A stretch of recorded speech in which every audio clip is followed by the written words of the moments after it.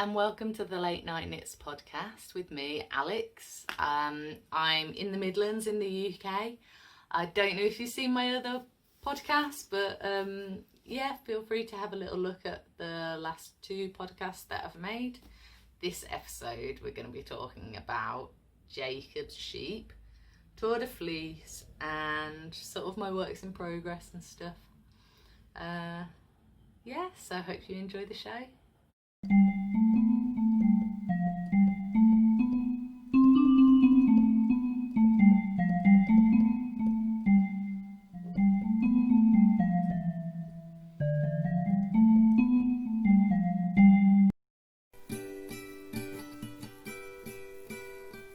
I've finally decided on a nice little nook in our house. So it's just the landing, and this is pretty much where every small child seems to congregate and make a den. But actually, I've got a couple of cushions here, and it's quite a good den. So I'm quite happy with that. So today is episode 3, and I am going to be talking about the Tour de Fleece. So I set myself a bit of a challenge to do a bit of spinning, because I've sort of had a little think about it before, but I haven't actually done anything, so I did a bit of that. And what else? Yeah, I've got some works in progress for you, and some have I got some finished objects? No, that was a bit of a fail, but oh no, maybe I have. I think I've repaired something. Does that count? I repaired my dad's hat.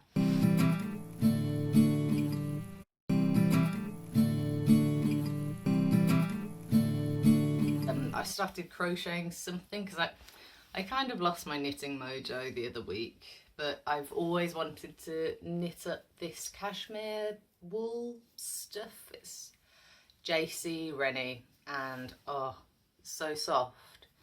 I don't know if it's lamb's wool. A lot of their stuff's lamb's wool. And this is from the Heritage collection. I think it's worsted spun, and I think it's from Jameson's of Shetland. Yeah, they're the ones with the, I might write it here if I've got it wrong. But those are really cool colours as well. So I might sort of crochet that in instead, because I kind of went a bit, I was just messing about really, but it's gone a bit, I sort of shaped it in a funny way, which looks cool, but it's not as flat as I'd like a blanket to be. And I don't really have any blankets. Like, I have some micro fleece blankets, but nothing that's kind of cozy.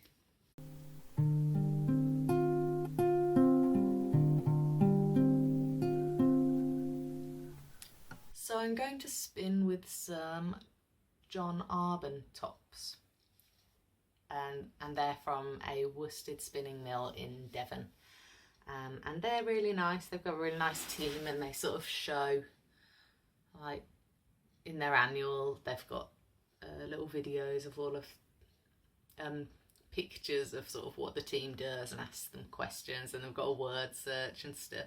So they've got a really nice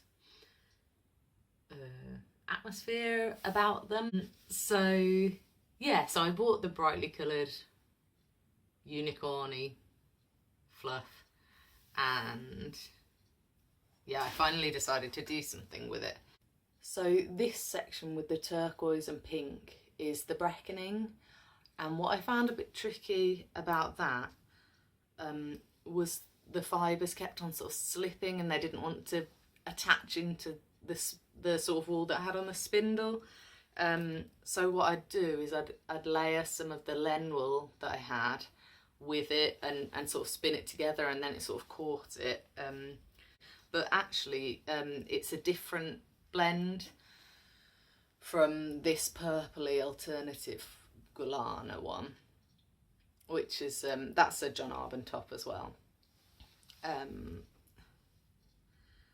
And that I don't know, it was a bit, I wouldn't say loftier or fuzzier. Yeah, so maybe it was fuzzier, and that means that you have that sort of hooking effect. So that was fine. But yeah, I mean, I've managed to spin it, haven't I? So, and maybe it's easier on, you know, when, oh, cheeky hook. Oh, everything's everywhere. So when you, oh, well, that's pulled off. So that's what happened. Yeah, when it's hooked on, you know, it has to hold the weight of that. Whereas if you were with a spinning wheel, I suppose it's spinning and you don't need to, see, it sort of comes apart quite easily. But that's only a single. Oh yeah, I should probably say what the Tour de Fleece is. So people who are watching, some of you might already have done the Tour de Fleece, and basically what happens is during the Tour de France, people spin. So on the days that the Tour de France is on, they'll do a certain amount of spinning, or they'll do like a challenge run to match what they're doing in the Tour de France. So that's quite cool, because it's a bit of an event, and I think there are a lot of people doing it and getting on Ravelry, getting into groups. Like I think there's one that's called Tour Crushed Mango, or Team Crushed Mango, or something crazy like that. And yeah, so people seem to be having a lot of fun with it, and I keep seeing different squishy sort of mulberry silk spun things that looks like molten gold or something. They're quite, I think they're a bit expensive, but they look nice. You can see it's a bit fluffy there, and then when you spin it, it goes a bit tighter, so that's quite cool. And here's a little video of me spinning, so you can enjoy that while I have a nice little cup of tea.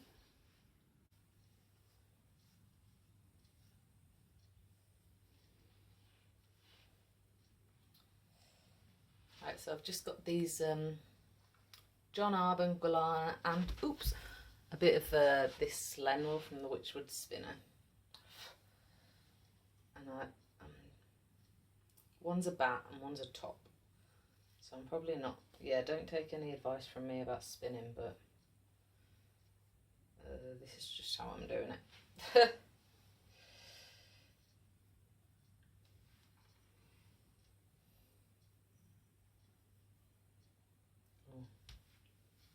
I'll just chuck that stuff away. I'm just tucking that over my arm. Wow.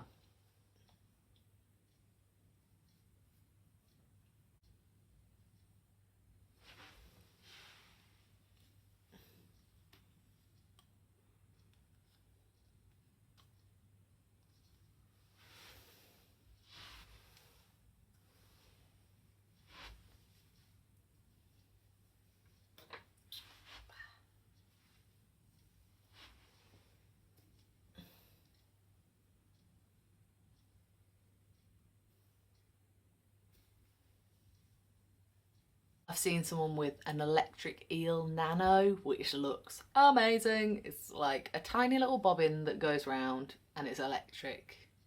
And I mean, you use no energy with like a normal wooden Ashford or a spinning wheel. But this electric eel, like if you could just plug it in and it goes, and then you can just spin in it. It's because half of the effort with this is actually, you know, it's twisting this while you're holding this and hoping that this doesn't get in a tangle with this. But spinning wheels are expensive and the electric eel isn't as expensive. But then, and my knees hurt a bit when I do the little pedaling thing, but maybe that's something that you learn how to get better at. Either way, that's a bit of an investment in something that's just a bit of a hobby at the moment. And I was thinking I could always rent one from like the Weavers, Spinners and Dyers Guild. Like you can, I think you can do a subscription. Yeah, that's something maybe I'll have to think about. But yeah, for the moment, yeah, it's quite fun. And you know, it's like a fiver for 100 grams of tops, I think, from John Arbon. And I mean, I imagine you can get like bats for not that much money. So if you want to make your own wool and you enjoy doing it, then yeah, why not? And actually, that Beaumont alpaca that Chris made is really nice. You get this sort of texture to it. So you know, it just depends what type of knitting you're doing or crocheting. I kind of imagine that this might not be nice for crocheting, so maybe I don't want to put it on my crochet blanket. But anyway, these are just, you know, things to think about, aren't they? I really like this len wool. It's and it's still got a bit of lanolin in it, so my hands are really nice after that, and they're just, it seems to spin up really nicely. I think it's something to do with the oil being in it still as well, but yeah, sheepy.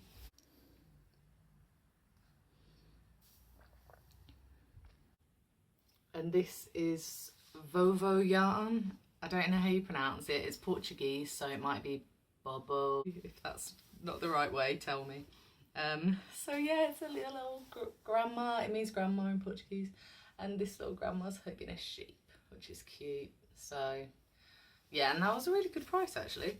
And it's just a little project bag. Whoop. And it's drawstring. I think I might put a longer strap on it so I can carry it around, but I suppose it could go in a bag, it wraps up. I've got this from the Retrosaria shop, and that's Rosa Pomar's shop, and I think it's ooh, bless me. So this is Baudelaire de Serre d'Estrella. So it's really soft and lofty, and I found out about this wool from watching Fibre Tales, and her name's Lerke, and she's from Denmark, and she's really lovely, and she chats about what she's doing, and her little kids, and yeah, her mum and dad have got Gotland sheep, and she's made the sheep fleeces into wool, and they do like 3 different colourways now. So they have like a dark grey, a mid grey, and a light grey. And yeah, if they have any, if they ever have any going, I'll try and get some. But oh, that's quite. This is nice. This so I got this, but now I'm planning to do a jumper with this. But I've ordered some green. Can you see it's got different colours? So the green will have that sort of heathered effect, which I really like, and it's actually really easy to see when it's heathered, so I think it gives it a bit more stitch definition. So this is, and it's just a really simple scov marker. And she talks about the Rosa Pomar wool a lot as well, and she's sort of in quite a gentle way, like pro non-superwash and sheep breeds and wool, which is quite nice because I think that's sort of, I quite like wool. I just started knitting something in yak, and I've got this Rowan soft yak, and I thought, oh, that'd be really soft to use. But now I started, it might be nicer when I've knitted it up, but it's got cotton in it. And I don't really, I think because I sort of seem to have been drawn towards Shetland wool and sheep breeds, because I think that's probably what interested me in knitting is, oh, sheep, you can hug them and then you can make stuff out of them. Anyway, so this is cotton, nylon and yak, and it's fine, but it's just, I don't know, I think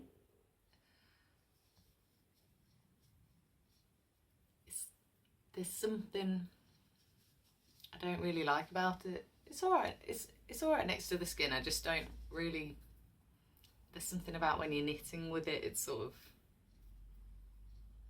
maybe, yeah, I think it's just, I'm not too keen on cotton. The plant fibres just feel a little bit different, but I think pure yak would have been really expensive, so that's fine. One day maybe I will try pure yak. In the Fleece and Fibre source book there's bison. I mean, I know you can get Highland cattle wool. I can't remember where it's from. Anyway, but one day we'll give it a go. My friend's given me some alpaca recently and I keep meaning to spin that. So maybe in the video I'll try and spin some of that alpaca from Alphonse. Yeah, she's really nice. So she's yeah, she just sent me some alpaca just to be nice. Isn't that nice? And a little bit of North Ronaldsy sheep wool. So hopefully I might be able to talk about Bobble in my next podcast. Bobble the North Ronaldsy sheep. That'll be cool. They always sound like they're doing something fun. Oh, another work in progress I can show you. So this week I started a test knit with a garter tab, which I've not actually done before. So it was a bit tricky, and to be honest, I'm quite a visual learner. I'm realising I need to either see something being done or do it. Not always, but sometimes. So what I did was I thought, well, I'll just watch a video of someone doing a garter tab, and then I'll watch the tutorial. And there's a really nice one from Fibre Tales, and it's really well set out. You know, it's like a pale wool on a black background, and she just goes through step by step quite clearly and slowly how to do the garter tab and little tips, and just how to knit up this shawl. So I thought, well, I'll do that first and then I'll look at the test knit and see how it goes. Right, so this little bit is, so you just do like 14 rows of garter tab, of garter stitch, back and forth over 3 stitches, and you get a little rectangle, and then you knit down those 3 across those, however many, and up those 3, and then you can see it develops a line around those, and then you start making a crescent, and then you have increases. So I think it's okay to say that because it's actually a free pattern on YouTube. I did put in this little lace detail because I learned how to do it recently, and I'm like, ooh, lace. Just makes it a little bit interesting. My niece isn't going to be very happy with me because I haven't got much done on this. I did knit her a caterpillar though, so it's not that I haven't made her anything recently. Did I say I'd done the sleeve already in the last podcast? I can't remember. Anyway, this is a sleeve, and this is the Alice Starmore Child's Panel Gansey, which I am definitely going to do before Christmas. That is another challenge, Alex. What else? Oh, I feel like I didn't bring much today. Let's have a look. The special late night knit storyboard. Drink a cup of tea. Well, that's a very important part to a podcast.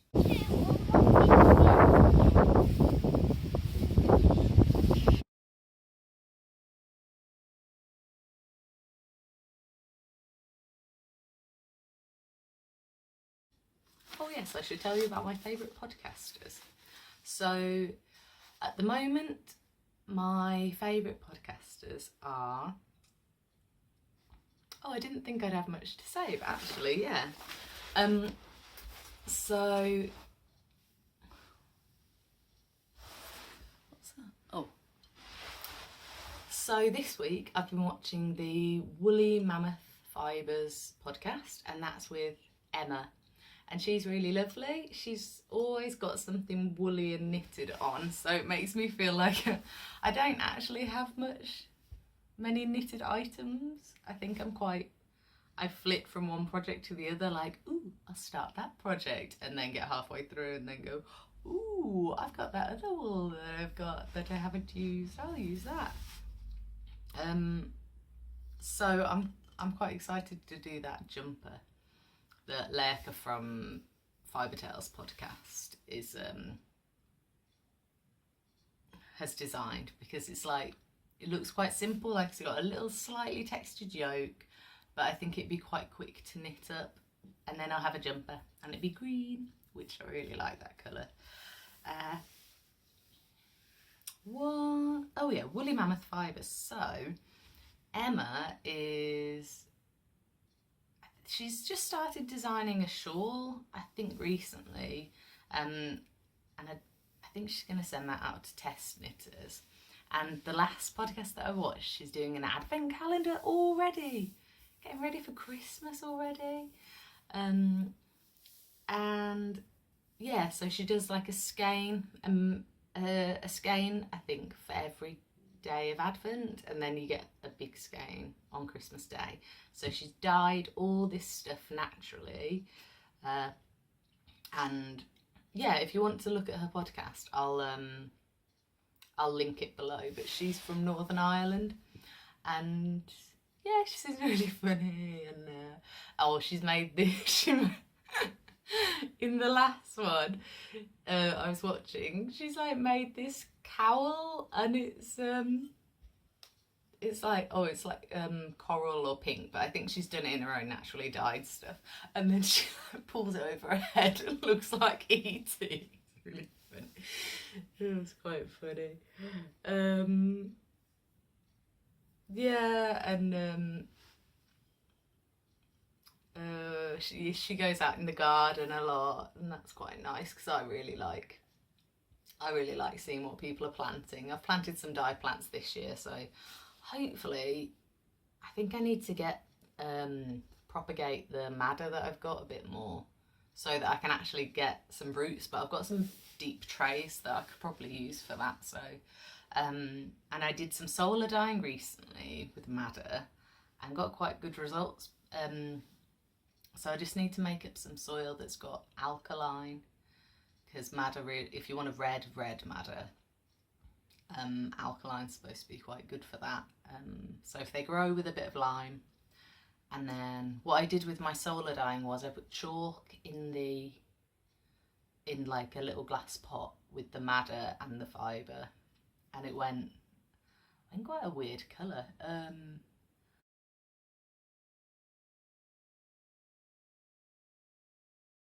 Because from madder you can get like deep reds, browns, yellows, orange, so it's quite a versatile plant that they would have used like centuries ago. I think they had it in when the Saxons were about. I think it's one of the first, like woad, it's sort of one of those first plants, but it's a bit of a weed, so if you get it in your garden it goes everywhere.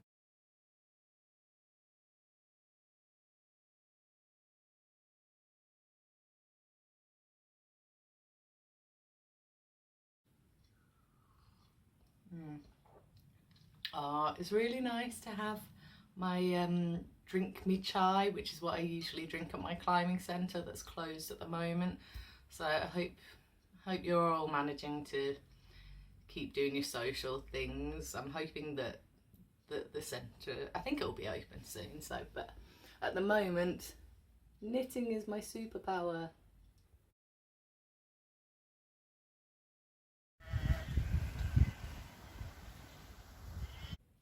National Trust places are open, so I've been to I went to Charlotte recently and they've got a load of Jacob's sheep. They can have 2, 4 or 6 horns. Whoa. And they would usually be the sort of show-off animal for the landed gentry. And of course you get black, brown and white fleece from them. So they seem to be quite a versatile sheep for wool. I think they're one of the oldest breeds in England. And I've got some really nice DK stuff from Gathered Sheep Yarns and West Yorkshire Spinners. Like if you wanted a nice thick jumper, I think Jacob's is the one to do it because it's really like lofty and squidgy. They're quite nice. Right, I'm going to go and find my book that I'm going to show you. Got my fleece and fibre source book. You can get about 3 kilos of fleece from a Jacob's sheep, up to that sort of amount. And I'm going to tell you how many microns they are, if I can find it. Fibre is mostly 25 to 35 microns across. And the staple length is usually 7 inches long. I quite like the look of the Jacob's sheep.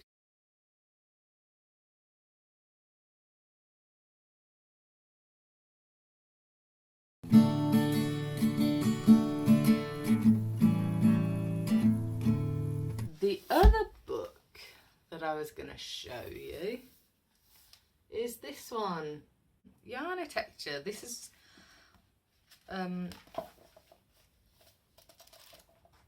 quite a colourful book, and there are some really lovely art. Oh God, look at those colours. I took this on holiday with me, but I didn't really read it that much when we went to Devon last year. But there are some really nice, like you get a load of patterns in the back for sort of hand spun stuff. And there's a green one as well. I'm going to find that for you. Oh, look. Proper wealthy farmer chic, isn't it?